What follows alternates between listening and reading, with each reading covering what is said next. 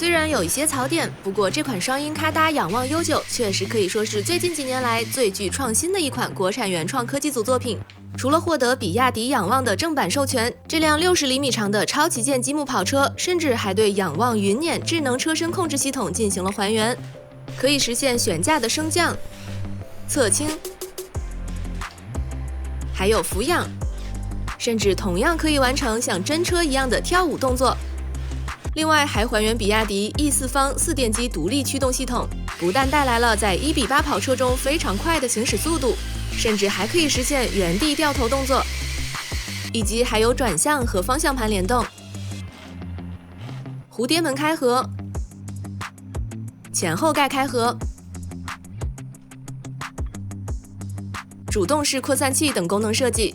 伴随这款套装一起发布的还有大量的新零件，尤其是非常创新的底层零件。所以本期视频我们就来看一下这辆咖搭仰望悠久的具体表现。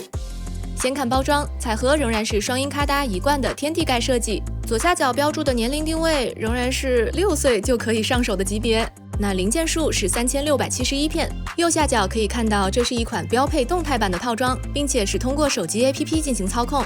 彩盒背面仍然是背面视角图以及几个功能图示，不过值得注意的是侧面这里的仰望悠久的正版授权激光防伪码。打开彩盒，里面一共有4个零件分盒，最下面放的是拼搭手册。所有的零件一共是分成了41个零件分包，7个大步骤，平均每个大步骤有500多片零件，稍微有点偏多。在零件分包之外，还有9个动力组件包，一共包括2套主控、5枚伺服电机、4枚 L 电机、2套灯光组件以及3套极限器。2主控9电机的配置，也是所有动态版1:8旗舰里的最强存在了。尤其是5枚伺服电机的配置，可以说是前所未见，确实从来没有见过一款套装用这么多伺服电机的。那除了1枚用于转向，另外4枚则是每侧悬架各用了1枚，也就是用于悬架的升降。那行驶用的 L 电机呢，同样也是每个轮子各用1枚。再看拼搭手册，虽然只有1本，不过厚度还是有1厘米多的，总步数一共是1270步，步均只有2.9片零件，属于非常细致的分布设计。开篇一共做了28页的彩图，对仰望悠久原型车以及这款积木的设计呢做了一些介绍，包括其中也加入了不少原型车和积木的对比。从这些对比图来看，还原度确实是非常不错的。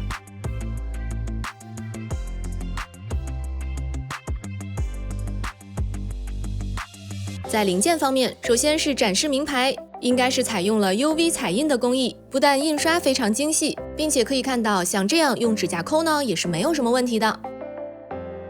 当然更值得关注的应该还是伴随这款套装一起发布的这枚全新的大号硬币阵了。虽然在长度和孔位设计上和乐高79717是一致的，不过这款避震非常创新的加入了可以调节硬度的设计。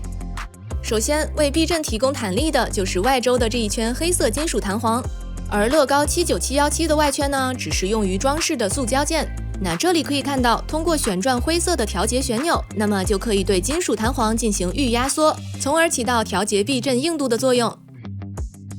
这里呢我们也做了一下简单的测试，在预压缩以后，这个弹力可以增加到大概5公斤左右，效果还是比较明显的。再看全新设计的轮胎轮毂，一方面因为正版授权，所以在外形上呢，相对于原型车是做到了1:1的还原。另外比较特别的是，这个轮胎并没有采用常见的软胶材料，应该也是为了实现原地掉头而做的一个比较特别的设计。但最牛的还是这款轮毂，甚至还是一个带锁轮毂。在安装完轮毂以后，我们只需要像这样装入1枚配套的锁销零件，然后轻轻一转，那轮毂就可以被锁在悬挂驱动桥上面，从而彻底解决了以往所有同类积木跑车可能发生的轮毂脱落问题。而悬挂驱动桥同样也是全新设计的零件，除了自带刹车碟片，那在这里呢还可以安装全包围的刹车卡钳。除了这几枚零件以外，这款套装也是包含了大量的全新开模的科技面板，以及还有一些连接件。那这里呢，我们就没有办法一一给大家详细的去讲了。总之，新零件特别多，可以说是迄今为止我们做过的新零件最多的套装。而且这款套装也没有贴纸，所有有图案的地方也全部都是印刷件。好啦，那么接下来我们就来看一下内部设计。首先拼好的是底盘主体骨架，主要采用孔壁类零件进行搭建，可以看到牢固度还是非常不错的。这里来看后悬架，动力方面，设计师在左右两侧各预留了一根 L 电机的动力接口。动力进来以后，通过一组24:8，也就是3:1的减速以后，到达内部的一组4:4的齿轮组，然后向车轮方向传输，是一个传动效率比较高的设计方案。悬架升降同样也是在左右各预留了一根十字轴作为4伏电机的动力接口。动力进来以后，通过一组同样也是24:8的减速，然后驱动避震支撑臂模块旋转，实现悬架升降的联动效果。那设计师在这里并没有使用涡轮涡杆结构，所以避震支撑臂模块的支撑能力可能会受到一点考验。不过套装中针对相关的2根十字轴都是采用了碳纤维的版本，从而起到增加结构强度，也就是提高支撑能力的作用。不过测试下来，因为避震的弹力非常大，所以在悬架运动的过程中，有相当一部分的形变还是会被结构变形所吸收，并且因为这枚避震只是做了单边固定，加上关键是弹力非常大，所以在压缩的过程中呢，这枚避震会有一个轻微向外弯曲的风险。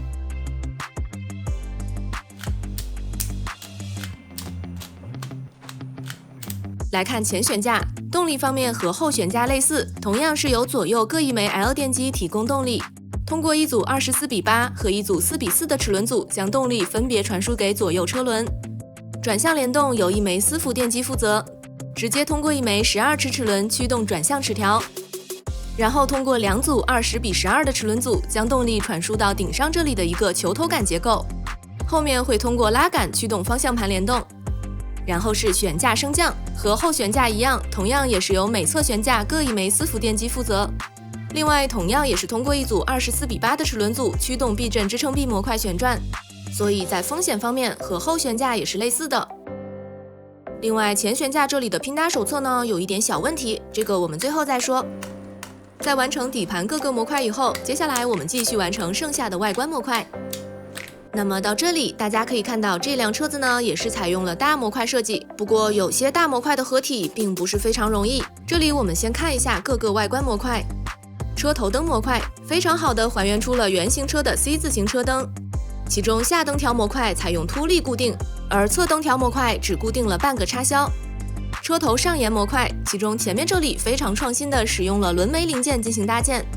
而两侧外观模块，首先是用57585创建出了30度的向外角度，然后通过5号十字轴连接件创建出了22.5度的向上的角度，最后是通过短棍将外观模块旋转，所以这里是涉及到了3维角度创建。另外这里同样可以看到一枚半轴套，用于精确调节模块的位置。车顶模块可以看到整个车顶并不是完全平直的，而是有一个轻微的前低后高的角度创建。在正前方视角下可以看到，车顶两侧也是有一个轻微向下的斜度。设计师在这里使用的是一个用1枚爪子零件抓住后孔壁的一半的这种非常少见的搭建方式。车门模块侧面黑色的装饰条，一部分是印刷件，另一部分呢是直接通过平面砖进行搭建。车门下方靠后位置这里有一块黑色的科技面板，和外面的红色面板是叠在一起的，不过并没有非法搭建。可以看到，设计师在内部是通过32126对黑色面板做了半单位的前后位置调节。而逐渐向上的车门上沿，设计师在这里也是做了角度创建。另外，在车门模块这里，我们还可以看到蝴蝶门连杆结构，其中通过32140创建出了36.86度的向上打开角度。另外，内部的连杆也非常的复杂，并且这里还用到了皮筋。座椅模块这里使用了一些砖块零件，另外前后移动是直接通过十字轴配合十字轴孔实现。后盖模块、尾部后沿还有尾翼后沿这里都使用了反弧面科技面板。另外，尾翼的固定结构也是全新开模的零件，不过尾翼上使用的这排71682的十字轴孔可能存在轻微的歪斜。总之，搭建出来的尾翼存在轻微的弯曲，而并不是完全平直的状态。车尾模块这里的外观搭建非常的复杂，其中两侧的斜度创建我们又看到了57585的应用，还有两侧这里使用到了带角度十字轴连接件、球头，还有3.2短棍，对两侧外观模块做了多点固定。而且这个外观模块上的插销到后面还会恰到好处的和后轮眉进行连接。还有底部这里可以看到，设计师通过6个旗帜零件对仰望悠久的主动式扩散器的翼板进行了还原。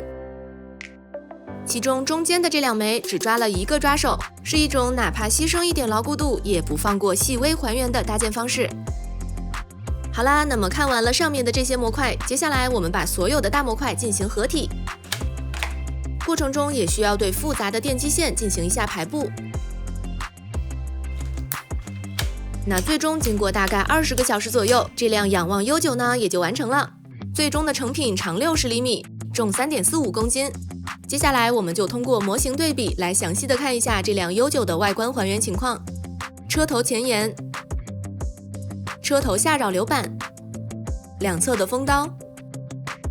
C 字形车灯，前盖两侧的风道，车门上沿斜度，车门前面还有后面的风道，后盖上的龙脊背门，从车身中部一直延伸到尾翼的背鳍，鹅颈式碳纤维大尾翼，车尾的贯穿式放射性尾灯，最后是下面的主动式扰流板。所以看到这里，大家感觉这辆悠久的外观还原可以打到多少分呢？好了，那么接下来来到了功能测试环节，首先是遥控行驶。这里测试下来可以看到，这个车速在1:8跑车中算是非常快的级别了。那这也是得益于一个轮子一个电机以及只2组齿轮所带来的非常高的传动效率。然后是转向以及方向盘联动，同样是通过 APP 操作。可以看到转向非常灵活，并且在转弯的过程中也不会发生异常的干涉。包括方向盘联动呢，也是没有问题的。接下来是原地掉头，虽然我们工作台的桌垫是仿皮质的这种摩擦力相对比较大的材质，不过测试下来，因为轮胎使用了硬塑料而不是软橡胶，所以测试下来可以说是恰到好处，没有任何问题，而且掉头速度还是比较快的，响应也非常灵敏。最后是悬架升降，在 APP 中进入悬架控制界面，这里有非常丰富的悬架操控按钮。那这辆悠久的悬架升降呢，和其他带有悬架升降功能的车子完全不同，因为采用的是私服电机控制，所以一方面这个悬架升降动作是立即完成的，另一方面如果要保持悬架升降后的状态，那么就需要依靠私服电机的持续工作。在 APP 里面，我们还可以通过预设的程序来控制车辆完成一系列的和悠久云辇技术一样的动作，并且所有的这些动作操作下来呢，感觉可靠性也是没有问题的。